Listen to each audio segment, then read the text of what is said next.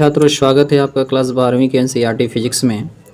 और आज के इस लेक्चर में हम लोग पढ़ेंगे वैद्युत द्विध्रुव के कारण इसके निरक्षीय स्थिति में वैद्युत क्षेत्र की तीव्रता। ठीक है, तो अगर आप इस चैनल पर नए हैं तो चैनल को सब्सक्राइब कर लें। वीडियो पसंद आए तो इसे लाइक भी करें और शेयर भी करें। ठीक है, तो आइए स्टार्ट करते हैं। देखिए यह जो प्रश्न है किस तरह से बोर्ड एग्जाम में पूछा जाता है। किसी वैद्युत द्विध्रुव के कारण, कोई वैद्युत द्विध्रुव है जिसके कारण जो है इसके निरक्षीय स्थिति में वैद्युत क्षेत्र की तीव्रता जो है हमें ज्ञात करना है। कोई द्विध्रुव बनाना है और द्विध्रुव के निरक्षीय स्थिति में देखिए, अगर ये द्विध्रुव है, जैसे मान लीजिए कोई द्विध्रुव है जो प्लस क्यू और माइनस क्यू आवेश से मिलकर बना है, इसके अक्ष पर अगर इसके हम सीधे में चलेंगे, है ना, इसके अगर हम इस रेखा में इसके अक्ष की तरफ चलेंगे तो ये हो गया अक्षीय स्थिति। और इसके अक्ष में न चलकर अगर हम इसके लंबवत चलेंगे इस तरह से, यहाँ पर अगर कोई बिंदु ले लिया जाए तो यह जो बिंदु हो जाता है यह निरक्षीय स्थिति में हो जाता है। मतलब अक्ष से अक्ष पर ना हो, यह जो बिंदु होगा इस पर कहीं भी बिंदु लेंगे तो ये हो जाए अक्षीय स्थिति। और इसके लंबवत दिशा में अगर किसी बिंदु पर हम अगर वैद्युत क्षेत्र तीव्रता ज्ञात करें तो ये हो जाता है इसकी निरक्षीय स्थिति।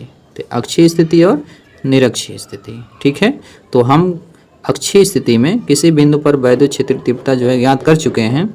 अब जो है इसके निरक्षीय स्थिति में किसी बिंदु पर वैद्युत क्षेत्र तीव्रता जो है ज्ञात करेंगे। ठीक है, तो आइए जो है यहाँ पर हम सबसे पहले एक फिगर जो है ड्रा कर लेते हैं। उसके बाद से जो है हम एक एक पॉइंट को समझेंगे अच्छे से। ठीक है, तो यहाँ देखिए, यहाँ पर जो है ए बी एक वैद्युत द्विध्रुव बनाया गया है जो प्लस क्यू और माइनस क्यू आवेश से क्या है मिलकर बना है। इस द्विध्रुव की लंबाई 2l है। कितनी है बताइए? 2l है। मतलब यहाँ से यहाँ तक की लंबाई 2l है और बीच में है मध्य बिंदु O। बीच में क्या है? मध्य बिंदु O है। ठीक है, तो अगर बीच में मध्य बिंदु O है तो यहाँ से यहाँ तक 2l है, तो यहाँ से यहाँ तक स्मॉल l होगा, फिर यहाँ से यहाँ तक भी स्मॉल l होगा। ठीक है, तो अब देखिए इस द्विध्रुव के मध्य बिंदु O से r दूरी पर, है ना, द्विध्रुव के मध्य बिंदु O से r दूरी पर एक बिंदु P लिया गया है जहाँ पर जो है वैद्युत क्षेत्र तीव्रता जो है ज्ञात करनी है। इसके लिए क्या किया जाएगा कि r दूरी पर एक बिंदु P ले लिया गया, प्लस क्यू आवेश से P को मिलाते हैं, अर्थात यह दूरी भी हमको चाहिए। माइनस क्यू आवेश से P को मिलाते हैं तो यह दूरी भी चाहिए। तो हम यह दूरी निकाल लेंगे और यह दूरी भी निकाल लेंगे, चूँकि यह जो है इस पर क्या है, लंब है। अब इसको मिलाने से जो AP मिलाया गया है इस द्विध्रुव से, तो मान लेते हैं कि यह थीटा कोण पर झुकाव पर है और इस आवेश से P जो है थीटा कोण पर झुकाव पर है। ठीक है, तो अगर P से होती हुई एक समांतर रेखा इस तरह से खींचते हैं तो यह जो रेखा है इसके समांतर होगी, है ना। इधर जो रेखा बन रही है वह इसके समांतर होगी और यह जो कोण होगा, ठीक है, मतलब एक बार और समझें। अब देख सकते हैं P से होती हुई एक रेखा जो हम खींच लेते हैं और ये किसके समांतर है? AB के, और यह इसको एक तिर्यक रेखा इस तरह से काट रही है। तो जब यह एक तिर्यक रेखा इसको काट रही है तो यह जो कोण होगा इसका क्या हो जाएगा? एकांतर कोण हो जाएगा। इसलिए जितना ये रहेगा उतना ही ये भी रहेगा, एकांतर कोण के नाते। अब यह जो थीटा है और दो समांतर रेखाओं को, है ना, जब दो समांतर रेखाओं को एक तिर्यक रेखा इस तरह से काटती है तो यह जो कोण हो जाता है ये संगत कोण होता है। ठीक है, और यह जो कोण होता है इसका एकांतर होता है, यह कोण इसका एकांतर और यह कोण इसका संगत कोण हो जाता है और ये आपस में ही बराबर होते हैं। तो यहाँ पर जो है थीटा इसके बराबर हो जाएगा और यह थीटा इसके बराबर हो जाएगा। ठीक है, तो सबसे पहले हम चित्र के बारे में थोड़ा सा लिख लेते हैं और ताकि जो है यह चीज़ें जो है नोट्स के रूप में अच्छी तरह से मिलती रहे। माना ए भी एक वैद्युत द्विध्रुव है। यहाँ अभी समझाया गया है कि माना ए भी एक वैद्युत द्विध्रुव है जो K परावैद्युतांक माध्यम में रखा गया है। मतलब कि यह जो द्विध्रुव है ये K परावैद्युतांक माध्यम में रखा गया, अर्थात यहाँ पर निर्वात और हवा नहीं है, किसी न किसी माध्यम जो है इस द्विध्रुव को रखा गया है। ठीक है, जो प्लस क्यू तथा माइनस क्यू आवेश से मिलकर बना है। ए भी एक द्विध्रुव है जो K परावैद्युतांक माध्यम में रखा गया है और जो प्लस क्यू और माइनस क्यू ये दोनों आवेशों से मिलकर क्या है, बना हुआ है। ठीक, इसकी लंबाई कितनी है? 2l। अभी मैंने बताया AB की लंबाई 2l है, यहाँ से यहाँ तक l है और यहाँ से यहाँ तक l है, तो दोनों मिलाकर 2l हो जाएगा। इसके मध्य बिंदु O से, यहाँ जो है मध्य बिंदु O है, इसके मध्य बिंदु O से R दूरी पर एक बिंदु P है जहाँ पर हमें वैद्युत क्षेत्र की तीव्रता ज्ञात करनी है। ठीक है, इतना तो जो है आपको भाषा जो है चित्र के आधार पर लिख लेना है। ठीक है, अब क्या करते हैं, यहाँ पर जो है प्लस Q के कारण P पर वैद्युत क्षेत्र की तीव्रता कहाँ होगी, अंदर बाहर की ओर होगी। प्लस Q आवेश से वैद्युत क्षेत्र की तीव्रता की जो दिशा होगी वो बाहर की ओर होगी, और माइनस Q आवेश के कारण जो है ना, माइनस Q आवेश के कारण वैद्युत क्षेत्र की तीव्रता जो है अंदर की ओर होगी। मतलब यह पढ़ाया जा चुका है कि अगर प्लस कोई आवेश है, यहाँ से वैद्युत बल रेखाएं कहाँ निकलती हैं, बाहर की तरफ।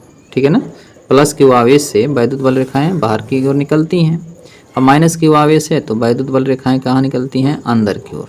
ठीक है, इस तरह से। तो इसी कारण से ये जो प्लस Q आवेश है, यहाँ से वैद्युत क्षेत्र की जो दिशा होगी वह बाहर की ओर होगी, और माइनस Q आवेश के कारण जो है P पर जो वैद्युत क्षेत्र की तीव्रता होगी वह अंदर की ओर होगी। मतलब यह जो तीर बनाया गया है माइनस Q के अंदर की तरफ बनाया गया है, और यह जो तीर बनाया गया है बाहर की तरफ बनाया गया। ठीक है, E1। सबसे पहले हम क्या करेंगे कि यहाँ पर इस आवेश से P की दूरी निकालेंगे और इस आवेश से भी P की दूरी निकालेंगे। ठीक है, जब दूरी ज्ञात होगा तभी जो है बिंदु P पर वैद्युत क्षेत्र की तीव्रता जो है इस द्विध्रुव के कारण निकल पाएगी। ठीक है, तो आइए देखते हैं। लिखते हैं त्रिभुज AOP में, AOP तथा त्रिभुज BOP में। ठीक है ना, हमने क्या किया है कि त्रिभुज AOP लिए और त्रिभुज BOP में, तो हमको चाहिए कर्ण। चूँकि यह एक लंब है, यह जो लंब भुजा है इसको लंब माना जाएगा। तो जब लंब है तो ये हो गया आधार, ये हो गया आपका लंब, और ये हो गया कर्ण। तो लंब, आधार और कर्ण।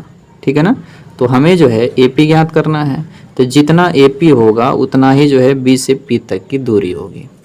तो हम लिख सकते हैं AP का वर्ग बराबर BP का वर्ग बराबर, देखिए क्या होता है, लंब का वर्ग प्लस आधार का वर्ग, पाइथागोरस प्रमेय से। तो लंब जो है आपका R² है और आधार आपका है L, तो R का स्क्वायर होगा और L का स्क्वायर होगा। कर्ण का स्क्वायर बराबर लंब का स्क्वायर प्लस आधार का स्क्वायर। ये कर्ण है, AP कर्ण है, और उसी तरह से BP भी कर्ण है इस त्रिभुज के लिए। तो दोनों का कर्ण जो है एक समान है, इसलिए इसका जब मान निकाला जाएगा तो जितना ये दूरी रहेगी उतना ही ये भी दूरी रहेगा। ठीक है ना, तो इसका मान कैसे निकलेगा, कर्ण का, अर्थात लंब का वर्ग करेंगे और आधार का वर्ग करेंगे और दोनों को जोड़ देंगे तो कर्ण का मान जो है निकल जाएगा। ठीक, अब क्या करना है कि अब जो है हम वैद्युत क्षेत्र की तीव्रता का मान ज्ञात करेंगे। ठीक, किसके कारण, प्लस Q के कारण और माइनस Q के कारण। ठीक है ना, तो अब जो है हम लिखेंगे प्लस Q आवेश के कारण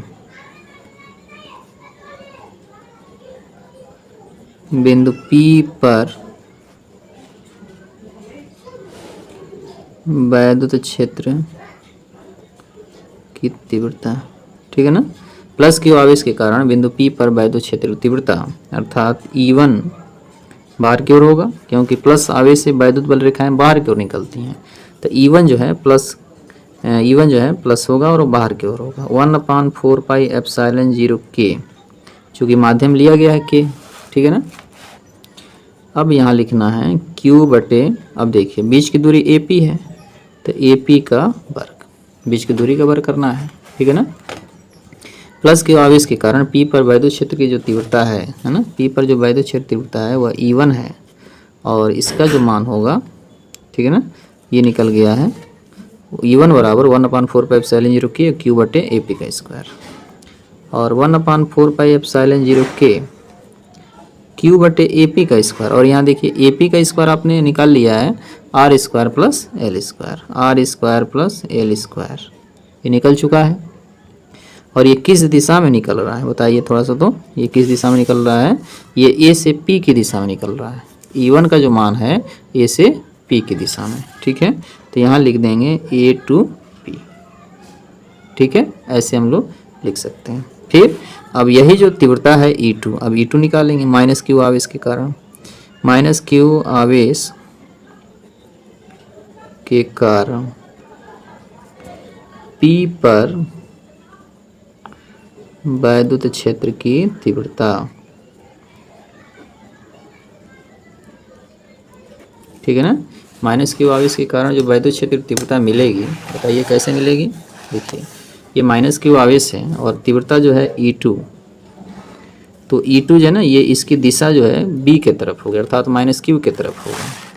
तो वही चीज़ यहाँ पर हम लोग लिख लेंगे, E2 बराबर 1/4 पाई एप्सिलॉन 0 K और Q बटे BP का वर्ग, ठीक है ना। यहाँ देखिए, चूँकि आप जानते हैं कि A से P तक की दूरी और B से P तक की दूरी दोनों सेम है, ठीक है ना, दोनों सेम है, ठीक। इसलिए क्या करेंगे कि जितना यह दूरी होगा उतना ही ये भी दूरी होगा, तो उसी का मान जो है यहाँ पर रख देते हैं, ठीक है।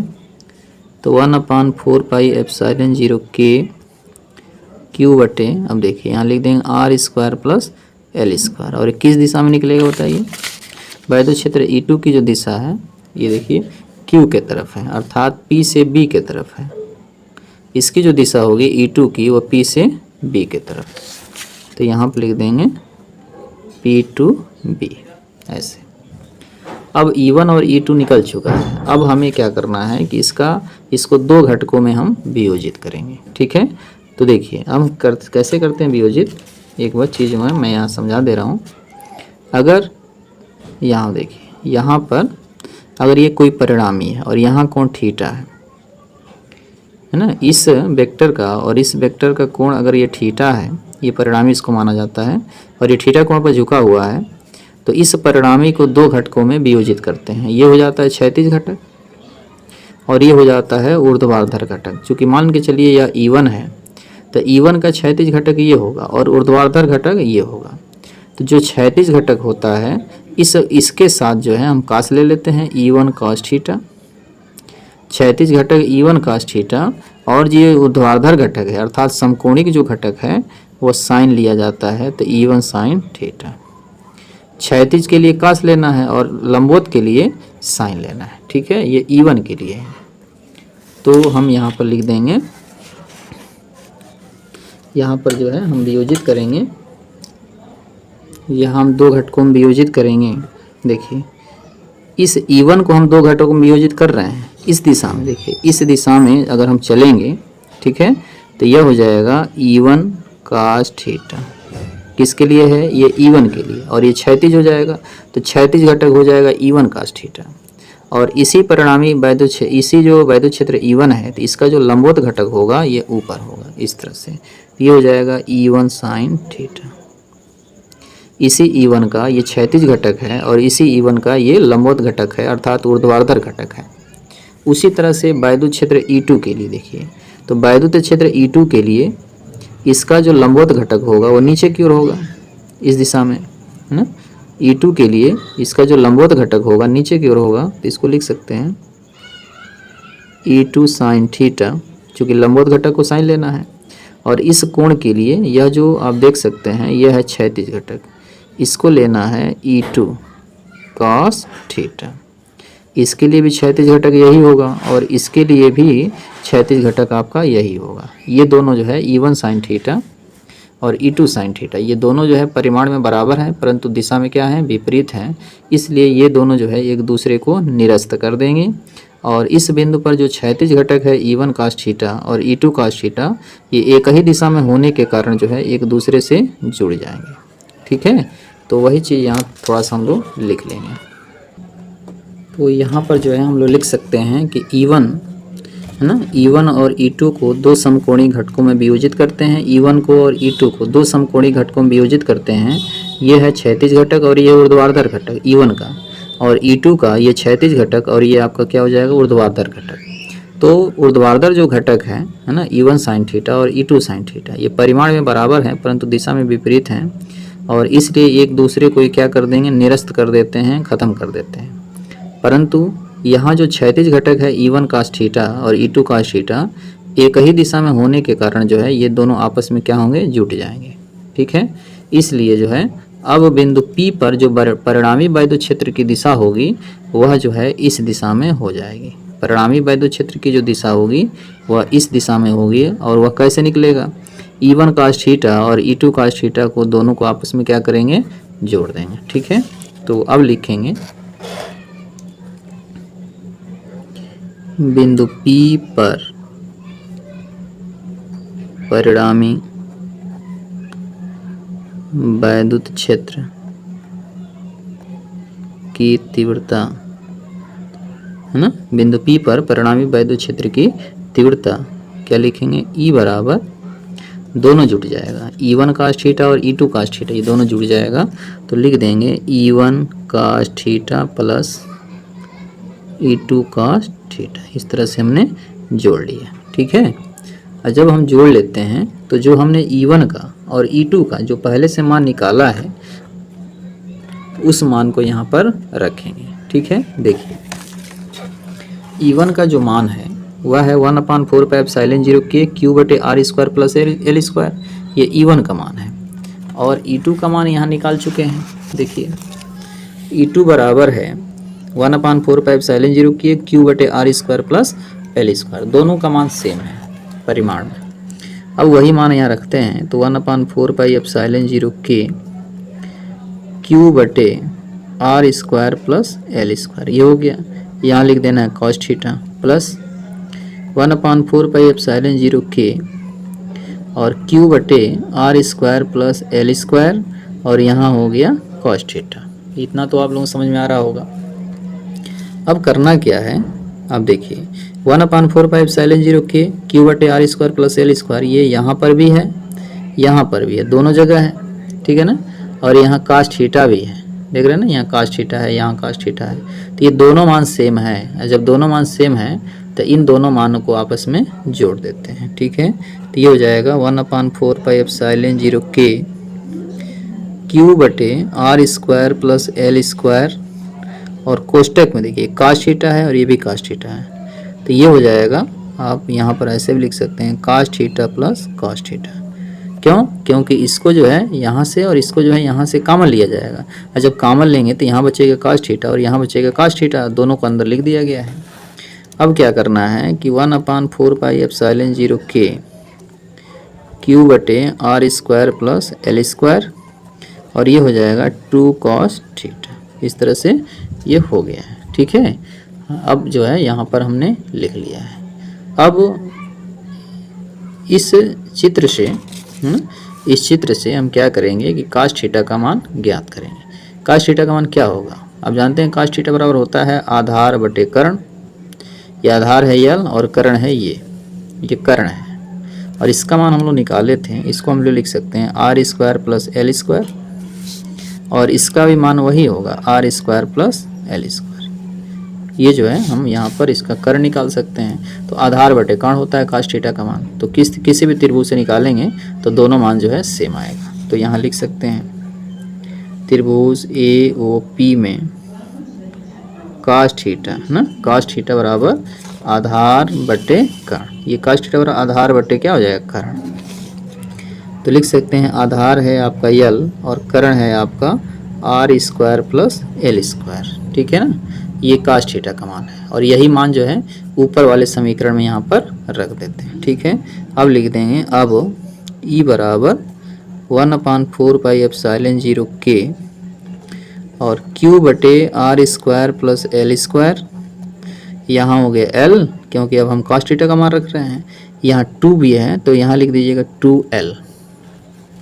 केवल हम मान जो है cos थीटा की जगह पर रखेंगे, वहाँ 2 है तो 2 रहेगा, और 2 रहेगा तो 2 यहाँ देखिए, जब L cos थीटा का मान L बटे करणी में r² प्लस L² रखेंगे तो यहाँ 2 पहले लिख लेंगे और cos थीटा का मान जो है यहाँ पर रख देंगे। ठीक है, अब जो है यहाँ देखिए, इसको लिख सकते हैं √r² प्लस L², ऐसे लिख देंगे।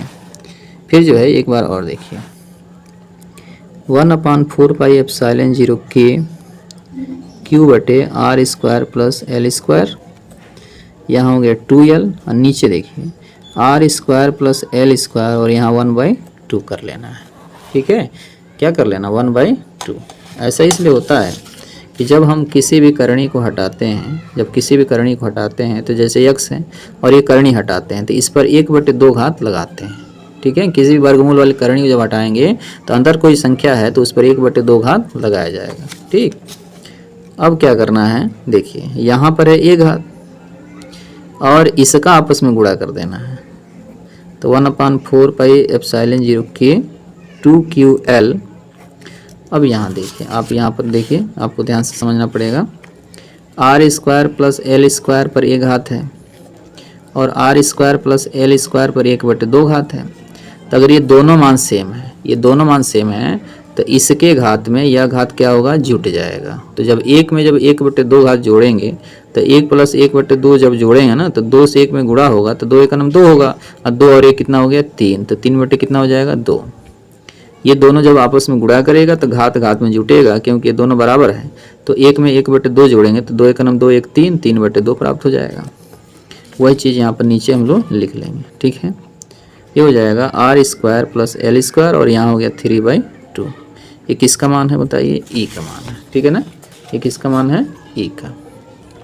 अब जब हम इतना कर लेते हैं, ठीक है, तो आप जो है द्विध्रुव आघूर्ण के बारे में पढ़े हैं। ठीक है ना, P बराबर होता है 2ql। द्विध्रुव आघूर्ण जो होता है वो P बराबर 2ql के क्या होता है, बराबर होता है। तो आप यहाँ देख सकते हैं इस फार्मूले में क्या ना, 2ql है ना, 2ql। तो यहाँ P का मान रख देना है 1/4 पाई एप्सिलॉन 0 k, यहाँ हो जाएगा P और नीचे हो जाएगा r² प्लस l² और यहाँ हो जाएगा 3/2। ये आपका मिल गया। ठीक है ना, ये आपका जो है मिल गया। ठीक, अब इसके बाद से हमारे पास 2 केसेस आती हैं। कब, कि जब L जो है R से छोटा हो और L जो है R से बड़ा हो। ये 2 केस जो है आपके सामने मिलेगा। अब लिखेंगे यदि, ठीक है ना, यदि जो है L का मान जो है R से छोटा हो, यदि L का मान R से छोटा हो तथा l² का मान जो होगा r स्क्वायर से बहुत छोटा हो जाएगा। जब l का मान r से छोटा हो तो कर देना है, यदि l का मान r से छोटा हो तो l² का मान r से बहुत छोटा हो जाएगा।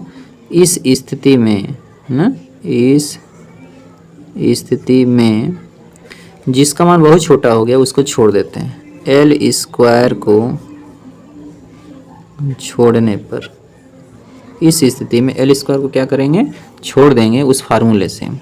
तो क्या मिलेगा, इसलिए चूँकि इसको जो है हम समीकरण 1 बना देते हैं ताकि जो है मान जो है इसमें रखा जाएगा। इसको आप समीकरण 1 बना लीजिए। तो समीकरण 1 से अब l² को क्या करेंगे, उसमें से हटा देना है। तो क्या मिलेगा बताइए, 1/4 पाई एप्सिलॉन 0 k मिल गया और p, ठीक है ना। अब r² रहेगा और l² हट जाएगा, इस पर 3/2 घात है। चूँकि l² को नगण्य मान लिया गया है क्योंकि r² से उसकी तुलना जो है बहुत छोटी हो गई है, अर्थात l² बहुत छोटा हो गया r² से, इसीलिए जो है l² को इस फार्मूले से हटा दिया गया है। अब देखिए ये क्या होगा, 2 से 2 क्या होगा, कैंसिल हो जाएगा। तो ये मिल गया 1/4 पाई एप्सिलॉन 0 k। ठीक है, 1/4 पाई एप्सिलॉन 0 k और यहाँ मिल गया P/RQ। चूँकि ये घात है और जब घात है तो घातों का घात में गुणा करते हैं। जैसे r² है और यहाँ 3/2 घात है, 2 से 2 कट जाएगा तो r पर 3 घात प्राप्त हो जाएगा। तो अब जो है यहाँ पर e का मान जो है निकल गया है। तो यह जो e का मान आया है ना, ये किसी न किसी माध्यम के लिए है, ये माध्यम के लिए है क्योंकि यहाँ माध्यम का परावर्तितांक k है। इसी सूत्र को अगर निर्वात के लिए लिखें या y के लिए लिखें तो लिख सकते हैं निर्वात अथवा वायु के लिए, है ना, निर्वात अथवा वायु के लिए k का मान क्या होता है, 1 होता है। इसलिए इस सूत्र में k की जगह पर 1 भर देना है। तो E बराबर हो जाएगा 1/4 पाई एप्सिलॉन 0 P/RQ। ठीक है ना, और इसका जो मात्रक होगा न्यूटन प्रति कूलम। तो इस तरह से जो है आपने ये फार्मूला प्राप्त कर लिया है ना। वैद्युत द्विध्रुव के कारण उसकी निरक्षीय स्थिति में वैद्युत क्षेत्र की तीव्रता। अगर हम इसी मान को सदिश रूप में लिखें, सदिश रूप में, तो E पर हम क्या करेंगे, तीर लगा देंगे, है ना। और 1/4 पाई एप्सिलॉन 0 माइनस P, बटे आर क्यू न्यूटन प्रति कूलम। ठीक है ना। अब माइनस पी क्यों है, क्योंकि इसकी जो दिशा है, द्विध्रुव की जो दिशा होती है ना, वह माइनस क्यू आवेश से प्लस क्यू आवेश की तरफ होती है, लेकिन यहाँ जो वैद्युत क्षेत्र की दिशा है वह इसके अपोजिट है, अर्थात P और E की जो दिशा होगी वह दोनों क्या होगी, एक दूसरे के अपोजिट होंगे, इसीलिए यहाँ पर जो है माइनस है। एक बार और समझिए, P की जो दिशा है वो माइनस से प्लस की ओर होती है, इस तरह से P की दिशा, और यहाँ देखिए वैद्युत क्षेत्र की जो दिशा है वह E जो है इसके इधर है, तो E की दिशा और P की दिशा देखिए दोनों एक दूसरे का अपोजिट हैं, इसलिए जब सदिश रूप में लिखा जाएगा तो P का जो चिन्ह है उसको बदल देंगे। ठीक है। तो यह जो आपके पास सूत्र आया हुआ है, यह द्विध्रुव की निरक्षीय स्थिति में वैद्युत क्षेत्रीय तीव्रता का सूत्र है। ठीक है ना। तो एक बार शुरू से स्क्रीनशॉट ले लीजिए और इसको अपनी कॉपी में अच्छे से लिखकर इसको अच्छे से प्रैक्टिस कीजिएगा। देखिए शुरू से जो है इसका स्क्रीनशॉट लीजिए।